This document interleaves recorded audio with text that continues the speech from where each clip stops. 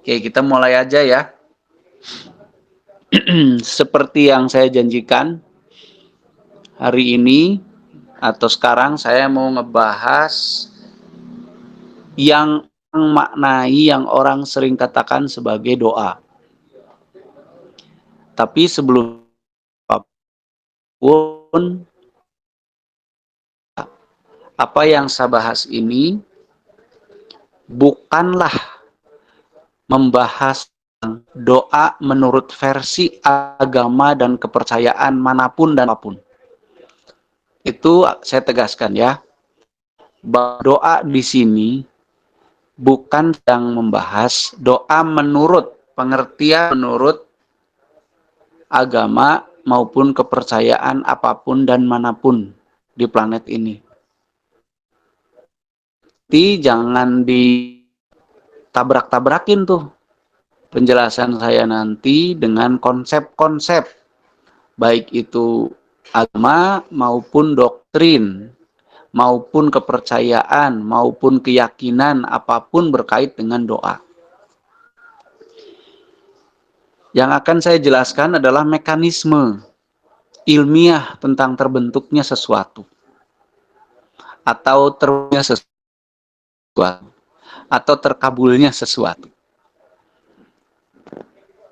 Sebenarnya, kalau kita memaknai kata doa dari sisi KBBI saja, KBBI itu Kamus Besar Bahasa Indonesia. Mungkin semua kita sepakat bahwa doa adalah sebuah permintaan yang dipanjatkan kepada Tuhan. Kurang lebihnya gitu mungkin. Maka dari itu, saya akan mencoba membahas semudah-mudahan secara tersirat bisa dipahami. Secara tersirat bisa dipahami, karena keinginan itu bisa berubah menjadi atau kenyataan. Atau yang sering orang sebagai terkabul. Begitu. Oh, di tata surya kita lah. Di tata surya kita. Pas dari namanya sebab dan akibat. Baik sebab maupun akibat biasanya berbentuk tidak berdiri sendiri, tapi sebuah sistem.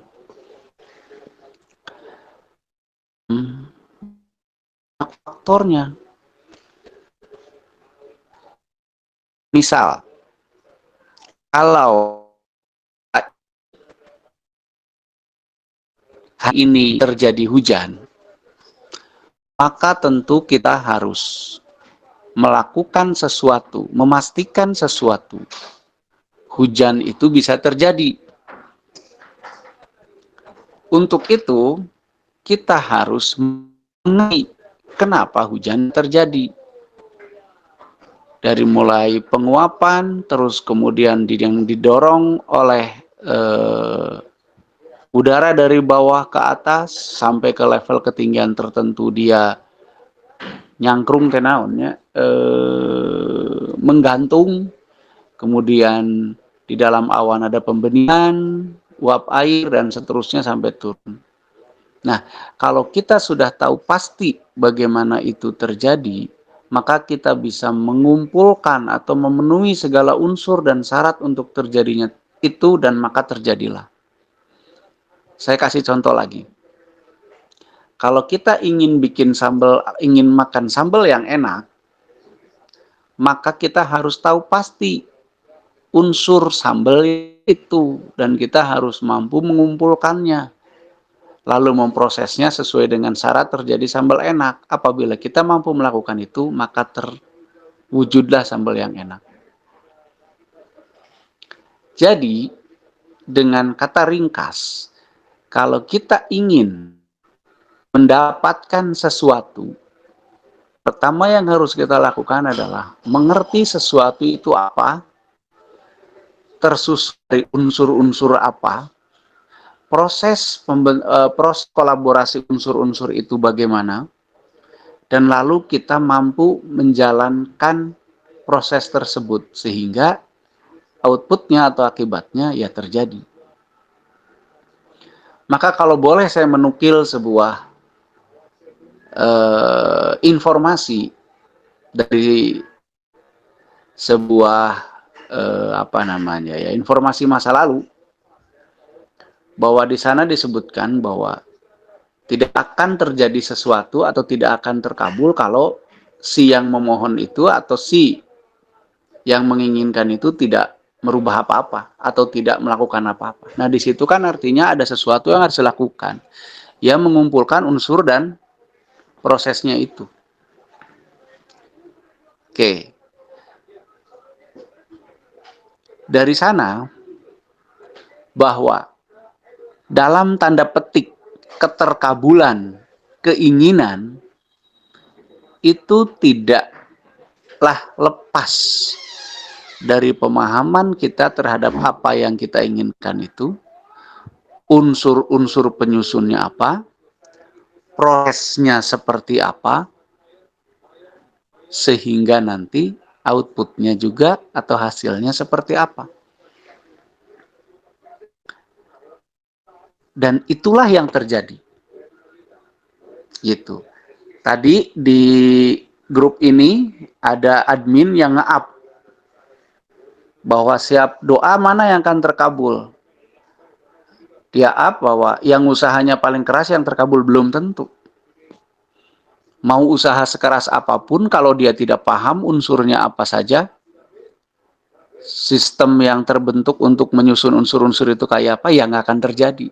Yang terjadi seperti apa? Ya seperti seberapa tercukupinya unsur dan prosesnya. Ya terjadilah seperti itu. Gitu. Jadi terwujudnya keinginan itu bukan masalah Tuhannya siapa, bukan masalah bagaimana cara mengutarakan permintaannya, tapi lebih karena kita memahami apa yang kita inginkan, unsur-unsur untuk terwujudnya itu apa, dan bagaimana prosesnya. Kalau seperti itu, kita tidak akan pernah keluar dari rumus alam semesta ini yang dibuat oleh yang katanya Tuhan itu. Nah, itulah jalan Tuhan. Gitu loh.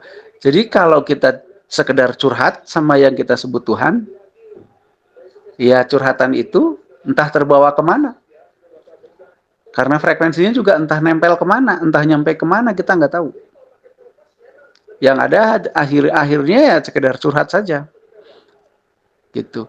Tapi orang yang tidak pernah curhat sama yang disebut Tuhan pun, kalau dia tahu tentang apa yang dia inginkan, dia tahu apa itu unsur penyusunnya, dia tahu bagaimana proses agar unsur-unsur itu berubah menjadi apa yang dia mau, maka ya terjadi.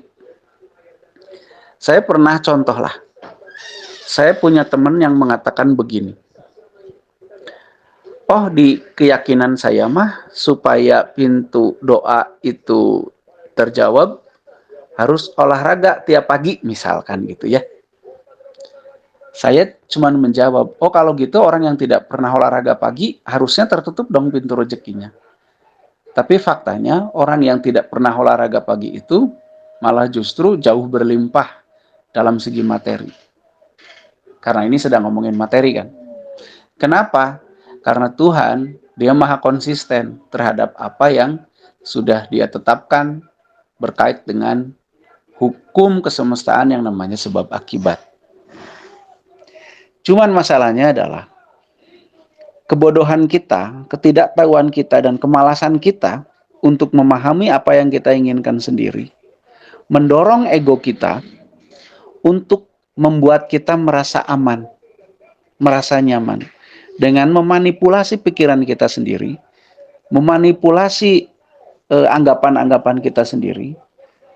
Akhirnya apa? Akhirnya kita melakukan hal-hal yang kita sadari itu tidak memungkinkan, tapi kita manipulasi menjadi sesuatu yang menjadi memungkinkan. Dan prinsipnya sesuatu itu pasti yang mudah-mudah saja. Karena prinsipnya kita secara ego tidak mau melakukan yang susah-susah. Karena yang susah-susah itu merepotkan. Secara nafsu ya, maaf, bukan secara ego. Nah, jadi kalau kita kepengin punya keinginan, wayahna pelajarilah keinginan kita, apa unsur-unsurnya, bagaimana prosesnya. Itu adalah syarat untuk terjadinya sesuatu. Ada nggak proses yang gagal? Tidak ada. Yang ada, proses itu selalu berhasil sesuai ketercukupan unsur dan proses. Gitu. Misal, kita punya keinginan bikin rumah 2 lantai. Tapi karena tercukup unsur hanya 1 lantai setengah, ya sudah yang terjadi ya 1 lantai setengah. Apakah itu gagal? Bukan. Ya itulah berhasil sesuai dengan tercukupinya unsur dan syarat prosesnya. Mudah-mudahan dengan penjelasan yang sangat sederhana dan terselubung ini bisa memantik pemahaman kita secara tersirat bahwa apa yang kita sudah biasa lakukan, yang membaca mantra dan puisi-puisi itu tidak akan mempengaruhi apapun terhadap proses alam semesta. Kenapa? Karena secara frekuensi aja entah nyampe di mana. Walaupun nanti kita akan membahas masalah kejiwaan, masalah hukum tarik-menarik frekuensi dan seterusnya. Tapi tetap itu tidak akan lepas dari unsur dan syarat proses. Nah, jadi kalau kita ingin keinginan kita terjadi, ya penuhi unsurnya, penuhi prosesnya, pasti jadi. Begitu. Itu sebuah keniscayaan yang berlaku di alam ini. Nah, gitu mungkin ya. Maaf saya tidak bisa menjelaskan dengan bahasa yang lebih gamblang karena saya terbatas oleh beberapa hal yang harus saya hormati juga. Jadi mudah-mudahan bisa dimengerti. Mudah-mudahan Akang Teteh bisa mengambil intisarinya bahwasanya yang kita lakukan selama ini mungkin baru menjadi mengumpulkan beberapa syarat saja, belum lengkap unsur dan syaratnya sehingga belum terjadi yang kita inginkan. Gitu. Jadi syarat mutlak untuk terjadi keinginan kita adalah pahami apa yang kita inginkan, pahami unsur-unsur yang dibutuhkan, pahami proses terjadinya. Kalau mau bikin masakan yang enak, pahami apa masakan apa yang kita akan buat, pahami unsur-unsurnya, pahami proses masaknya, pasti jadi. Tapi kalau toh kita membaca puisi dan mantra berbuku-buku, berjam-jam, mau mandi dulu, mau apa dulu, kita mau masak sesuatu, tapi kita tidak paham bahan-bahannya, kita tidak paham unsur-unsurnya, kita tidak paham prosesnya, ya jadi sesuai keterpenuhi unsur dan prosesnya. Begitu mungkin ya, sebagai pemantik diskusi kita cukuplah saya memberikan segitu. Mudah-mudahan sedikit bisa diambil intinya dan mari kita diskusikan. Tapi saya menolak untuk membahas ajaran atau doktrin dari agama dan keyakinan manapun. Saya menolak untuk membahas itu. Misalkan, Kang, doa menurut agama saya gini. Oh ya silahkan. Kang, doa menurut keyakinan saya begini-begini. Oh ya silahkan. Gitu. Ya, sok mangga, mari kita diskusikan.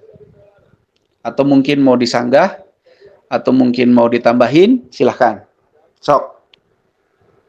Halo, Kang. Ya. Mau nanya nih, Kang. Ya. Yang saya dengar, yang tadi Akang jelasin, berarti itu intinya semuanya itu harus action dong. Kita tuh harus beraksi untuk mewujudkan itu semua. Bukan hanya sekedar minta-minta, baca-baca. Berarti kita harus yang namanya butuh proses lah gitu kan. Untuk bisa mewujudkan itu semua. Ya. Oke, Kang, siapa ini teh? Lupa lagi. Akbar. Oke, Kang Akbar. begini, untuk terwujudnya, misalkan untuk masak nasi ya, kita ingin makan nasi. Pertama, kita perlu keinginan yang kuat dulu untuk makan nasi, ya enggak? Itu pertama. Yang kedua, mungkin saja di beberapa orang perlu sampai mengucapkan, saya mau makan nasi. Ya boleh, boleh saja, nggak salah. Cuman adalah, apakah cukup sampai mengutarakannya, aduh aku pengen makan nasi deh. Kalau kita cuman sampai ngomong, aku makan nasi, ya itulah yang terjadi sampai situ. Atau aku pengen makan nasi gitu. Terus ada orang yang sampai dia membeli beras, tapi berhenti sampai dia membeli beras, ya berhasil sampai dia dapat beras, tapi belum jadi nasi. Dan seterusnya. Ada yang sampai memasaknya, tapi belum matang udah dimatiin misalkan. Ya itu juga ya sampai situ aja. Itulah kenapa ada orang yang, punten maaf ya, ada orang yang dengan keinginannya dia bisa sampai terlaksana 100% dari yang dia mau, ada yang cuma 50%, ada yang cuma 1%, ada yang jong sama sekali, kasarnya begitu, ya karena masalah terpenuhinya unsur-unsurnya dan prosesnya. Nah itu, mungkin salah satu unsurnya ya keinginannya, ya omongannya itu mah terserah. Gitu ya kan? Nah maka dari itu, sekali lagi, saya tidak menyalahkan orang yang punya keinginan lantas dia membacakannya, ngomongin apa segala macam, memintakan kepada yang dianggap Tuhan dan seterusnya, itu mah silahkan saja. Cuman jangan berhenti di situ, jangan berhenti sampai situ. Pahami apa yang dia mau, pahami unsur-unsurnya apa saja, unsur penyusunnya dan prosesnya. Lalu setelah itu ya jalankan. Begitu. Makanya waktu itu Kang Diki kalau boleh nyontek gitu ya, doa anonim dari atau sinonim dari dinamis apa tuh, action lah gitu ya. Optimis apa? Bahwa memang proses untuk terbentuknya sesuatu dibutuhkan action lahir dan batin. Lahir yaitu pemikiran, semangat juang, apa namanya ya, ketekunan dan seterusnya. Kecerdasan juga kan masalah batin. Nah, terus action lahirnya juga apa. Gitu, Kang Akbar. Jadi Kang Akbar tepat banget tuh obrolannya tadi. Harus action secara lahir dan batin. Ya, saya pernah dengar ya, Kang Diki itu menyampaikan doa itu adalah dinamis, optimis, dan action, ya betul. Itu kan semuanya itu bagian dari, semuanya bergerak ya. Optimis juga kan itu gerak jiwa, gerak hati, gerak pikir. Action udah pasti ya itu gerak badan. Dinamis mungkin bagian dari keduanya itu. Iya, tapi tanpa mengetahui secara detail apa yang diinginkan dan unsur-unsurnya ya akan terjadi sebagaimana tercukupi unsurnya saja. Begitu. Atau jadi liurnya, iya wayahna kudu liur deh jelema mah. Kang, boleh izin nanya nggak? Nah, nggak usah izin, nanya aja langsung. Mangga Kang Windy. Ya. Biasanya kan yang ya di berbagai keyakinan kita kan kita selalu menyebutkan dengan berbagai macam ya mantra atau puisi ya. Banyak yang kejadian di kita tuh ketika banyak menyebutkan itu semacam apa ya, menggantungkannya pada sesuatu, tapi kan ketika kita lihat itu nggak tahu kan nyasarnya kemana gitu ya. Iya. Tapi rata-rata jadi ujungnya tuh hasilnya malah ketika tidak terkabul itu malah menyalahkan sang kuasa sendiri gitu.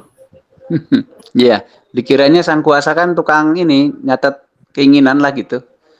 Iya gitu Kang, banyak kejadian ya, termasuk dulu ketika saya belum paham tentang arti ya, menurut waktu itu sebelum kata Mbak tentang doa itu bagaimana ya, kadang-kadang kita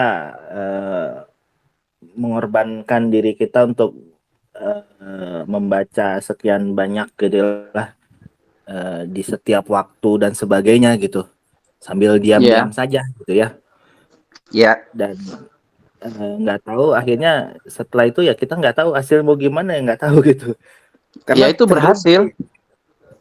berhasil gimana Kang? Ya berhasil sesuai dengan ketercukupan unsurnya. Saya kasih contoh saja. Misalkan saya kepengen beli nasi goreng, ya kan? Pengen, tapi tukang nasi goreng kan di jalan, saya di rumah. Terus saya cuman ngomong, saya pengen nasi goreng. Terus saya diam saja, berhasil nggak saya? Berhasil. Nggak dapat nasi goreng, karena ya segitulah saya bisa mencukupi unsurnya. Gitu kan? Hmm, Paham nggak? berarti berapa paham Kang? Berarti kalau misalkan ini saya ambil contoh, misalkan kita ingin Hmm. ingin uang, misalkan ini Mm-mm. yang banyak kejadian, misalkan kita ingin uang misalkan ya. Mm-mm. Berarti kan kita harus pahami bahwa unsur uang itu berasal dari mana saja, dan Mm-mm. kita juga harus bergerak ke sana berarti kan untuk untuk menghasilkannya, atau mungkin mengejar ataupun mendapatkannya, mungkin gitu Kang. Bahasa Iya, sederhananya betul. Betul. kayak gitu. Harus seperti itu. Ya buktinya Jack Ma beungharnya daripada saya gitu. Jadi sekali lagi memang sesuatu akan terjadi pada saat terpenuhi unsur dan prosesnya. Gitu. Jadi kalau kita inginnya kayak apa, ya penuhi saja unsurnya dan prosesnya, pasti jadi. Gitu. Dan tidak ada yang tidak jadi, semua jadi sesuai dengan ketercukupan unsur dan prosesnya. Kalau kita ingin masak sayur yang enak, ternyata unsur uyahnya nggak ada, ya jadilah sayur enak, nggak kerasa garamnya, gitu kan ya. Kalau atau uyahnya kebanyakan, garamnya kebanyakan, ya jadilah sayur yang keasinan, ya seperti itu. Semua jadi sesuai unsur yang tercukupi dan prosesnya. Begitu. Berarti sebenarnya semua dikabulkan berarti ya Kang ya, dengan Semua. ketercukupannya gitu ya Kang ya. Iya, semua terkabul sesuai dengan ketercukupan unsurnya. Kita mampu memenuhi berapa gitu dari unsur-unsurnya itu gitu. Jadi kalau saya pengen kaya raya tapi sekarang uang saya 100.000, ya terkabul sesuai dengan unsurnya. Wong saya juga kerjanya juga di bidang yang nggak basah misalkan gitu ya.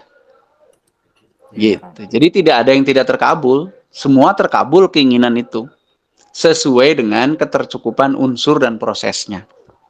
Ya. Gitu. Nah, itu makanya ada kan keyakinan yang mengatakan, sok lu minta sama saya pasti gua kasih deh. Ya memang iya.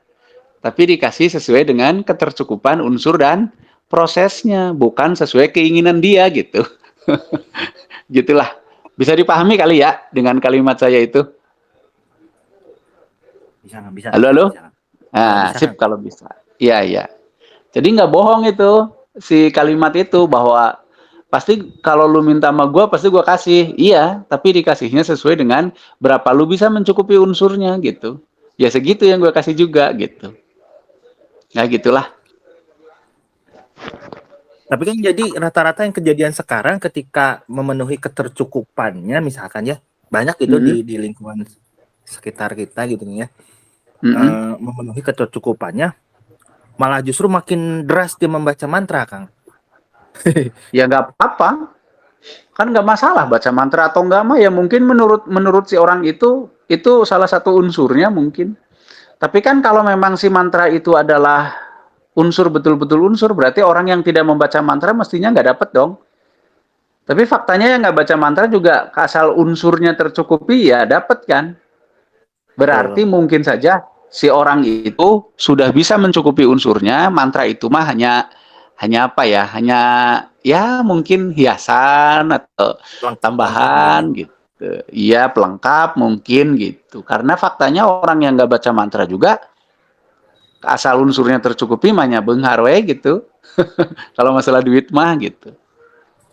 Kesehatan misalkan gitu ya, masalah kesehatan ya asal tercukupi unsur untuk sehat ya pasti sehat, mau baca mantra atau tidak gitu. Tapi bagi orang yang memang sudah yakin baca mantra plus dia mencukupi unsurnya ya sehat juga, nggak jadi malah nggak sehat, ya sehat juga gitu. Cuman yang paling penting adalah unsurnya terpenuhi atau tidak, terpenuhi berapa persen sih unsur-unsur dan prosesnya gitu. Nah, itu penting sekali kita pahami biar kita nggak terjebak kepada berpikir bahwa mantra itulah yang menjadikan sarana terjadinya keinginan kita gitu. Jadi nantinya kita jadi makhluk yang berpikir dan makhluk yang cerdas. Karena setiap kita punya keinginan, kita teliti, kita pahami apa unsur-unsurnya, bagaimana prosesnya. Akhirnya apa? Nasib di tangan, bukan nasib, maaf ya. Terjadi atau tidaknya itu di tangan kita sendiri gitu. Gitu. Jadi kita tidak menyandar pada siapa-siapa. Nah, pada saat kita tidak menyandar pada siapa-siapa, disitulah kita menjalankan, justru sedang menjalankan hukum semesta. Bahwa siapa yang menanam, dia yang menuai. Kalau kamu berbuat kebaikan 1 biji, ya dapat 1 biji balasannya, gitu kan ya. Kalau kamu berbuat keburukan 1 biji, ya dapat 1 biji. Justru kita sedang menjalankan itu. Gitu. Sebenarnya mah, gitu. Meren ya. Itu kali Kang Akang ya. Jadi nggak masalah apa namanya, mantra atau bukan mantra. Yang paling penting kita paham apa unsur-unsur terpenuhinya dan prosesnya. Gitu. Sok mangga yang lain. Ini Begitu Kang, ya. mungkin ada di beberapa kejadian yang misalkan ada yang punya utang atau kita jualan dengan apa? Suaranya agak keras, Teneng. Oh, siap. Ya, mungkin di beberapa kejadian ada yang misalkan ada yang mau nagih utang atau kita jualan terus kita mengucapkan yang namanya doa itu semoga lancar, semoga ini, dan ternyata kejadian itu gimana Kang prosesnya? Ya itu kan itu yang namanya nagih hutang ya, contohnya nagih hutang lah ya.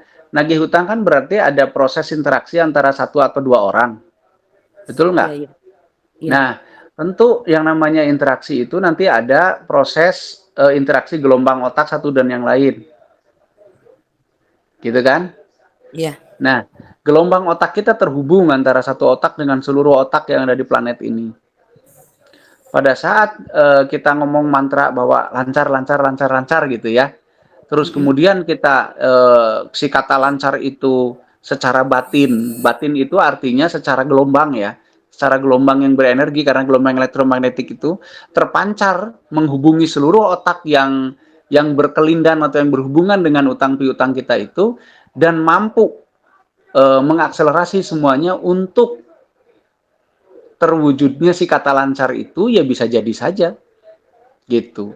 Tapi kalau toh kita ngomong lancar, lancar, lancar, lancar, lancar, tahun nu ditagih teu boga duit mah nya anggarnya tidak tercukupi unsurnya, ya nya kitu we jadi nama gitu. Mungkin aja keyakinan itu, si kalimat-kalimat yang diucapkan itu kan menjadikan kita yakin atau mensuges gitu ya. Si suges itu nanti terpancar oleh gelombang otak kita ke seluruh hal, ke seluruh orang-orang yang berhubungan dengan itu gitu. Karena kan pada saat kita ngomong lancar, itu kan di otak kita ada bayangan. Kita ngebayangin orang yang punya utang pada kita, dan seterusnya itu. Nah, nanti gelombang otak kita memicu gelombang-gelombang yang lain, gelombang otak yang lain. Nah, kalau memang misalkan tadinya yang punya uang itu uangnya, yang punya utang dia punya uang untuk beli sendal misalkan. Tapi pada saat ke-trigger sama gelombang otak kita, dia jadi buat utang aja deh dulu. Dan bisa saja mungkin itu adalah salah satu unsur yang dibutuhkan untuk terbayarkannya utang. Daripada kita nggak lancar kan mending lancar gitu. Jadi hubungannya nanti kayak gitu. Kalau mantra misalkan berhubungan dengan orang lain, ya dengan gelombang otak itu hubungannya nanti. Masalah tersugesti dan mensugesti. Nanti kita akan bahas yang lebih luas yang namanya alur. Dari situ nanti ada peran alur tuh. Bagaimana alur itu bisa terbelok sana sini oleh keterhubungan gelombang otak antara satu manusia dan manusia yang lain. Tapi karena lagi bahas doa, ya sudah, kita fokus ke situ dulu. Jadi mungkin saja bahwa bacaan-bacaan atau mantra-mantra itu atau syair-syair, puisi-puisi itu bisa mensugesti diri si orang itu, diri saya si penagih, dan keyakinan itu tertransfer ke orang-orang yang punya utang, sehingga menjadi unsur kelancaran terbayarnya. Begitu, Teneng. Jadi kalau mau nagih di jampean we, bayangkeun beungeutna mayar sia, tapi anggernya itu boga duit mah nya teu jadi. Kang, Yuk, kok maksudnya otak kita itu berhubungan satu dengan yang lainnya, maksudnya ke semuanya gitu menyeluruh, itu maksudnya gimana ya? iya gelombang otak kita tuh terhubung antar Heeh. satu dengan manusia lain. Satu planet ini terhubung semuanya. Maksudnya terkonek gitu, semua satu planet. Terkonek semua satu planet. Terus kenapa saya nggak bisa ngerasain? Ya salah sendiri. Jadi terkonek ya, satu planet ini terkonek. Oh iya lupa ya tadi awalnya kita nggak latihan kesadaran, biarinlah. Karena hari ini mah percobaannya hari Sabtu, nanti hari Selasa lah. Jadi gelombang otak satu orang dengan orang lain sebenarnya terkonek satu dengan yang lainnya. Gitu. Bukan hanya terkonek, terhubung. Cuman tidak disadari karena memang kita tidak sadar aja. Maksudnya terhubung itu kayak gimana nih, Kang? Kita Ya tuh terhubung gelombangnya. Kayak telepon ini kan terhubung dengan teleponnya Akang dan telepon-telepon yang lain, kan gitu kan? Gitu. Cuman diaktifkan nggak keterhubungan itu nanti, gitu. Basically-nya terhubung. Kayak wifi lah. Semua juga mancar kemana-mana dan saling bersinggungan, saling terhubung. Cuma diaktifkan nggak hubungannya? Gitu. Kayak orang yang apa ya namanya ya, pacaran lah. Itu hubungannya diaktifkan. Jadi terus terkoneksinya kerasa gitu. Kalau yang tidak diaktifkan ya ada terhubung, cuman ya nggak terasa karena tidak diperhatikan. Gitu, Kang.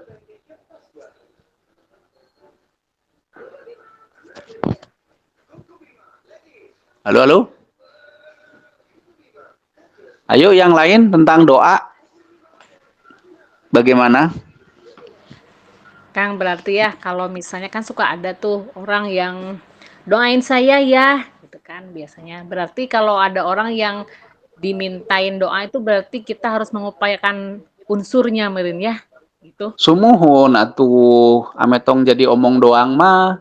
Misalkan ada yang ngomong ke saya, doain saya dong biar sembuh. Saya akan bantu dia untuk mencukupi unsur kesembuhan. Saya akan bantu dia untuk ketercukupan unsur dan proses terjadinya kesembuhan. Nah itu yang benar mah.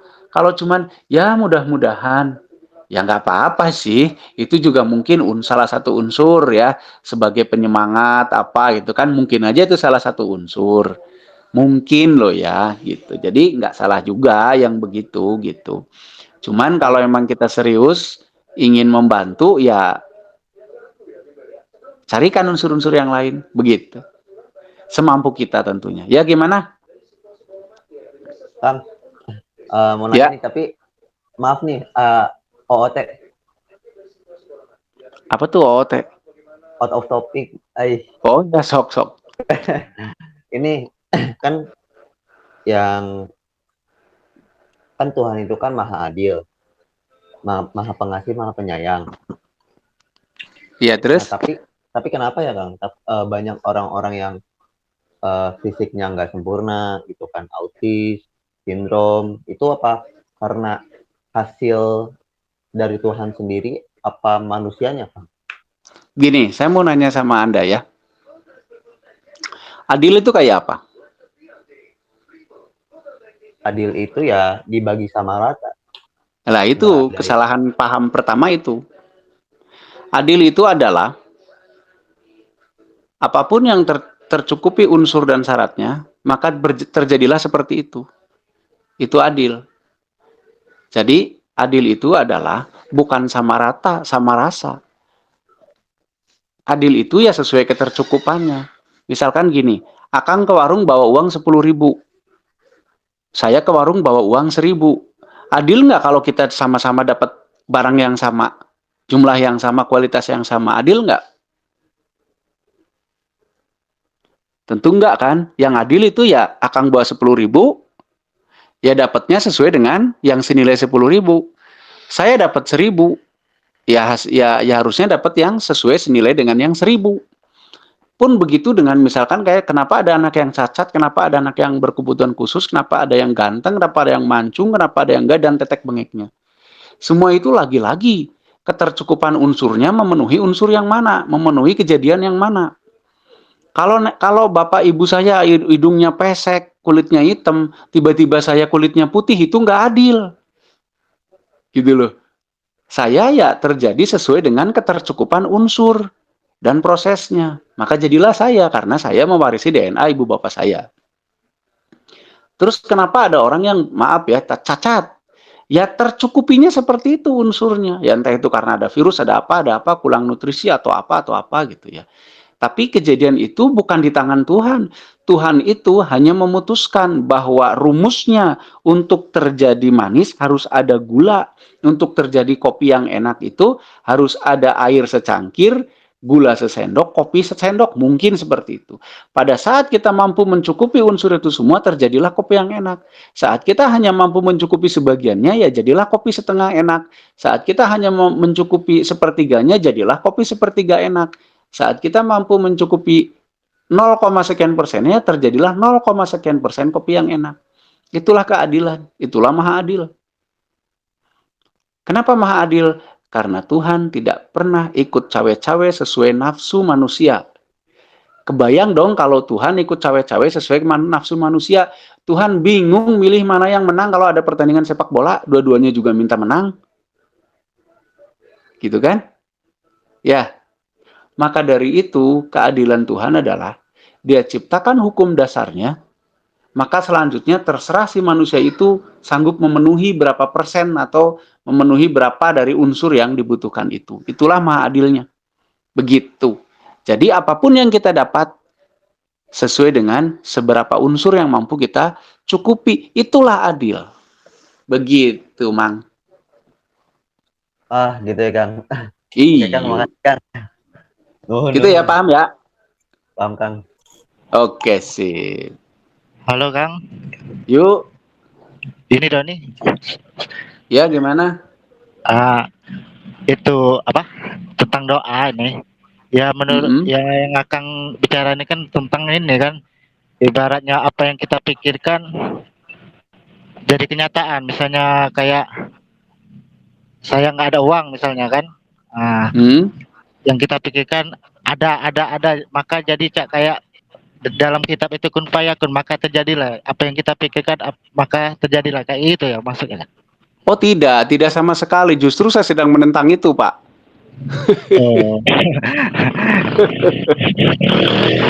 Oh ya. Ya mungkin ya ibaratnya apa dari pikiran kita, misalnya seperti kita membuat kopi ini nih ya yang akan jelasin tadi. Ya yang misalnya kita ya pengen punya mobil misalnya kan, mobil kemarin ada kan mobilnya ya, pengen ya, maka dalam Al-Quran itu akun payakun, maka terjadilah kayak gitu. Oh tidak begitu. Oke, saya jelaskan ulang ya biar paham sedikit ya. Iya. Jadi apapun yang terjadi itu karena tercukupi unsur dan prosesnya.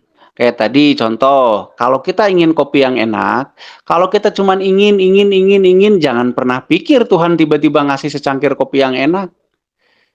Jangan pernah pikir seperti itu, karena Tuhan hanya menciptakan hukum dasar di dalam kesemestaan ini yang namanya hukum sebab akibat. Jadi tugas kita lah kalau kita ingin kopi yang enak, tugas kita mempelajari hukum Tuhan berkait dengan kopi yang enak. Unsur yang dibutuhkan apa saja, prosesnya seperti apa. Nah, kalau kita sudah mengetahui itu, maka sangat mungkin kita mendapatkan kopi yang enak. Jadi bukan kita cuman pengen terus menunggu gitu ya, menunggu keajaiban, menunggu ini itu gitu. Bukan. Yang harus kita lakukan adalah memahami hukum-hukum yang Tuhan bikin berkait apa yang kita mau. Saya ulangi lagi dengan contoh. Kalau kita ingin secangkir kopi yang enak, kita harus memahami hukum Tuhan berkait bagaimana proses dan unsur untuk sampai tercipta kopi yang enak. Kita harus tahu kopi yang bagus kayak apa. Kita harus tahu perbandingan antara kopi dan gulanya berapa, kopi gula dan air berapa. Kita harus tahu kepanasan airnya berapa derajat. Mungkin kita harus tahu juga proses ngekoceknya bagaimana, minumnya setelah berapa menit dan seterusnya. Nah, setelah kita tahu itu semua, baru kita akan mendapatkan kopi yang sesuai dengan unsur dan syarat yang bisa, unsur dan proses yang bisa kita kumpulkan itu. Jadi, bukan di tangan keajaiban itu terjadi, tapi di tangan kita. Begitu, Kang. Halo, Kang Doni? Iya, paham. Paham ya? Ya, paham. Jadi nggak pengen mobil, tiba-tiba mobilnya jatuh gitu, ya nggak gitu.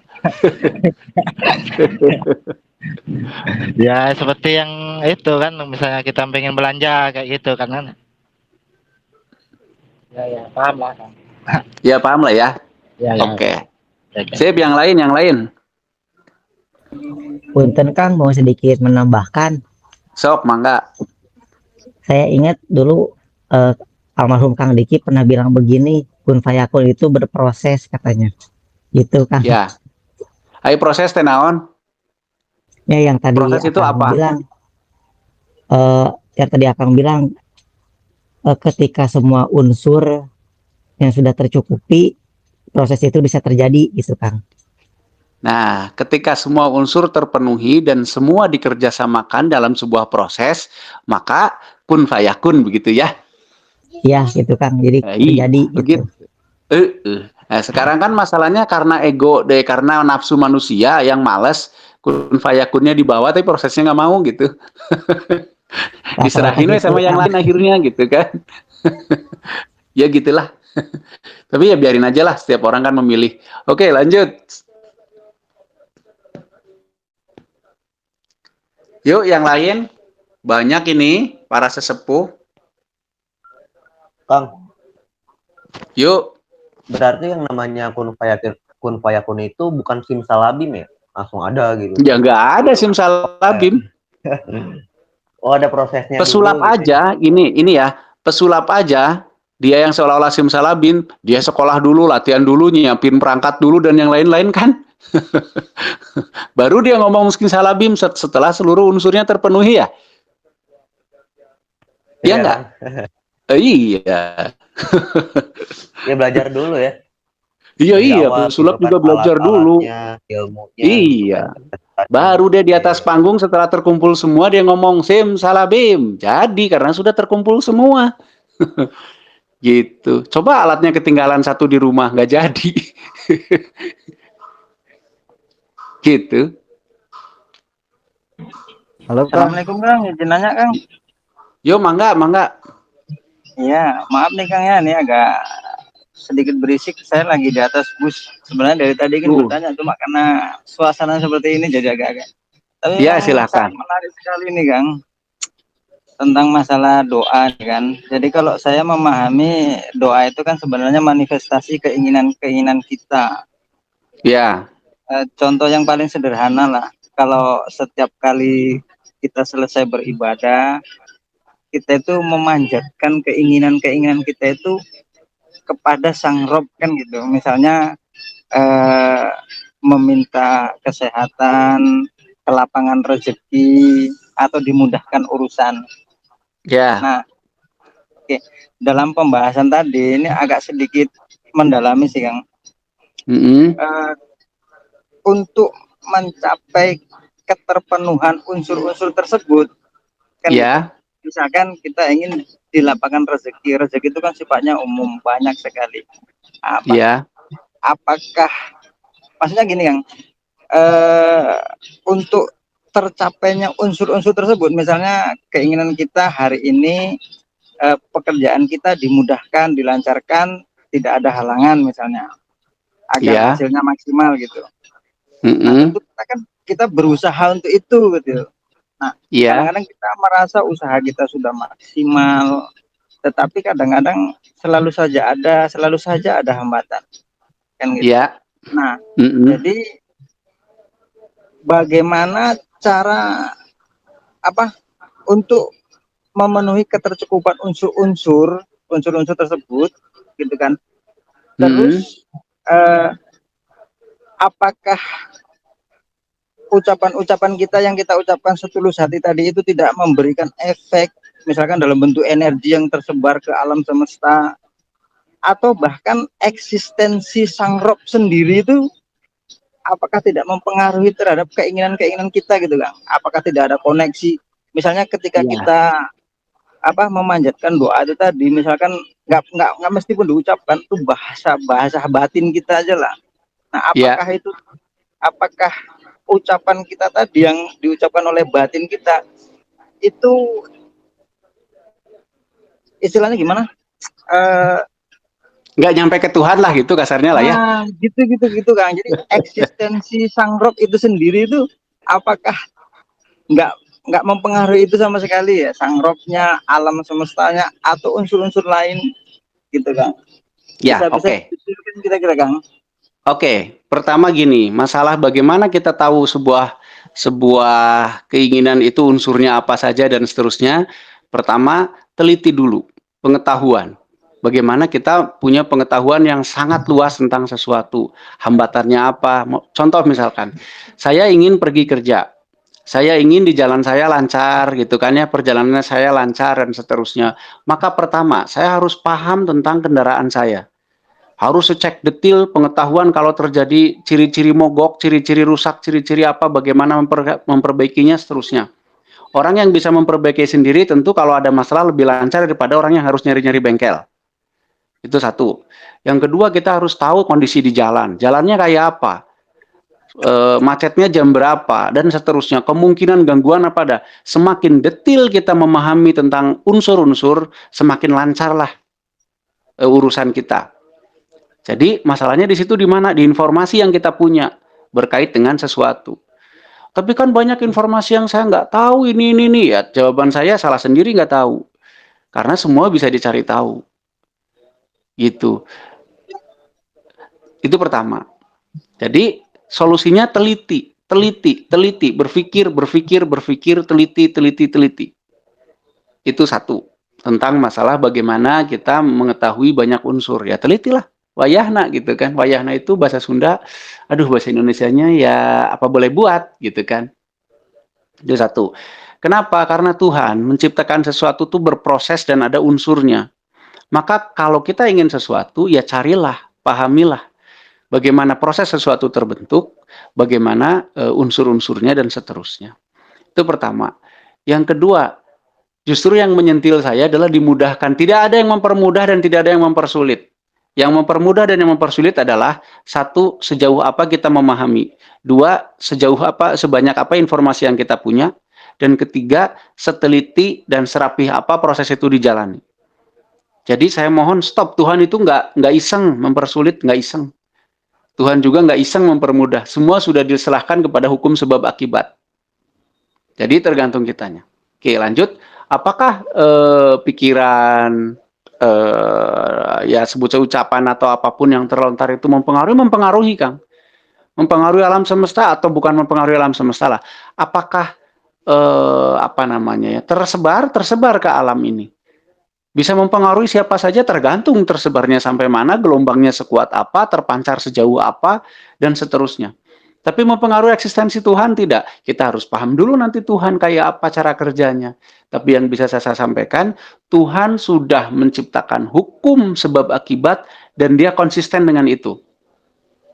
Artinya, kalau seandainya Tuhan menciptakan hukum air itu adalah H2O, terus kemudian saya meminta, ya Tuhan gini, dia tidak akan pernah tiba-tiba merubah hukum itu menjadi H3O. Karena Tuhan itu maha konsisten dengan apa yang dia buat. Jadi, jalan satu-satunya adalah kita mengikuti apa yang sudah dia buat, hukum-hukum dasarnya. Gitu. Jadi nggak akan ada Tuhan tiba-tiba merubah hukum dasarnya karena permintaan kita, tuh nggak akan ada. Salah benar itu tataran kesepakatan. Sedangkan di tataran keniscayaan, tidak ada salah dan benar, semua juga benar. Benar dalam arti, bukan benar seperti kata benar yang kita pahami ya, dalam tataran kesepakatan. Nah, ini rada rumit nih. benar di dalam keniscayaan artinya sesuai dengan hukum dasar sebab akibat itu benar. Misalkan gini, orang gantung diri mati, benar apa enggak?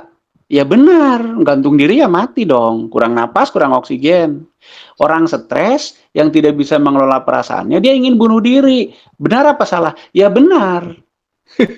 Gitu loh. Oh itu salah dong, dosa. Itu kan kesepakatan. Ini kita ngomongin alam semesta loh ya.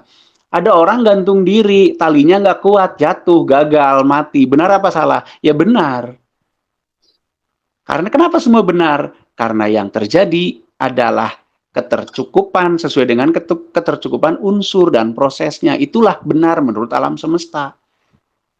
Gitu loh. Tapi menurut kesepakatan manusia, ya ada baik, ada buruk, ada jahat, ada ini, ada itu. Itu kesepakatan, bukan alam semesta. Di alam semesta nggak ada jahat, baik, buruk, benar, salah mah nggak ada. Oke, lanjut. Sip, nun Kang. Yo, mangga. Halo Kang, mau tanya Yo. lagi nih. Dia gimana? Ini mama saya kan waktu itu pernah sakit roid ini kan, malamnya dia gelisah tuh melihat orang yang meninggal ini. Ya banyak lah pokoknya yang meninggal itu terlihat di dia. Menjam mata dia gelisah terlihat. Terus saya kasih saran, coba mama doakan. Nah pas didoakan itu hilang dia tuh. Ya. Nah apa dia terhubung sama orang yang meninggal itu kan? Misalnya kita berdoa sama orang yang meninggal, terhubung. Nah pas dia itu hilang, dia nggak lagi nampakkan diri. Gitu. Jujur ya, saya nggak bisa jawab ini. Saya nggak bisa jawab kenapa? Karena saya tidak tahu yang Mama lihat itu apakah keterkoneksian atau hanya mainan pikiran. Saya tidak tahu. Satu.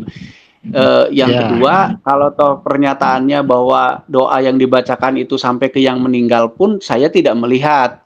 Dalam arti saya tidak menyaksikan. Jadi saya tidak bisa komen. Gitu. Tapi mungkin secara kejiwaan Mama itu sudah mendoakan, jadi dia merasa sudah melakukan yang semestinya, jadi dia tenang. Nah, jadi karena dia tenang maka visual-visual itu jadi hilang. Mungkin seperti itu. Karena nanti kalau ngomongin apakah doa itu sampai ke yang meninggal, nanti kita harus ngomongin dulu kehidupan setelah meninggal itu kayak apa sebenarnya kan gitu. Apakah benar doa-doa kita tuh nyampe ke sana gitu kan? Gitu. Oh iya soalnya kan sudah habis berdoa itu nggak lagi nampakkan gitu kan. Iya, dan mamanya tenang kan? Kan yang meninggal di sini kan. Iya, mamanya tenang nggak habis berdoa? Iya, karena tenang kemudian tidak terlihat ya. Si visual itu jadi hilang karena si mama udah tenang.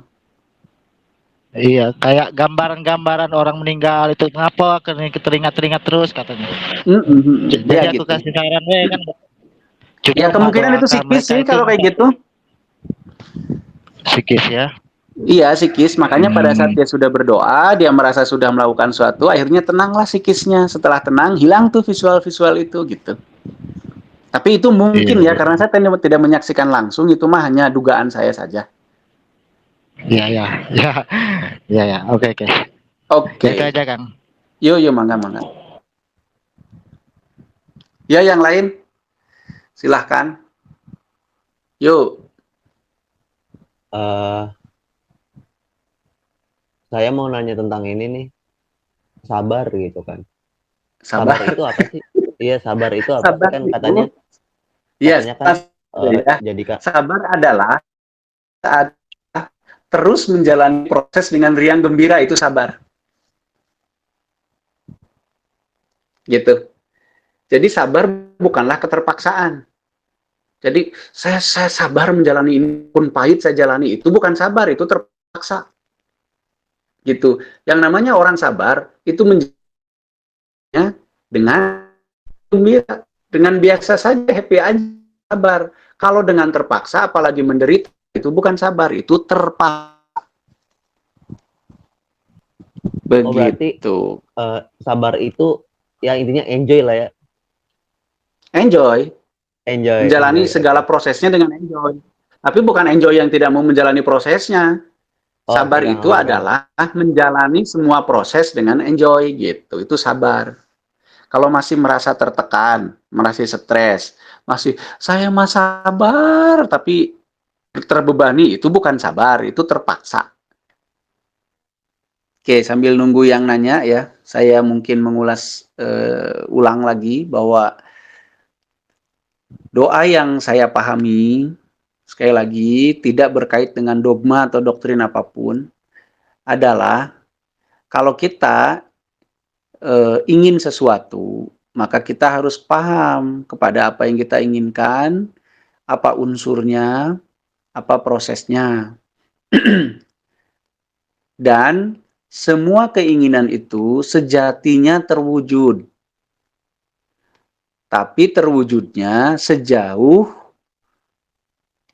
berapa presentase atau unsur yang terpenuhinya seberapa dan proses yang terjalaninya berapa. Jadi tidak ada keinginan yang tidak terwujud. Semua keinginan juga terwujud.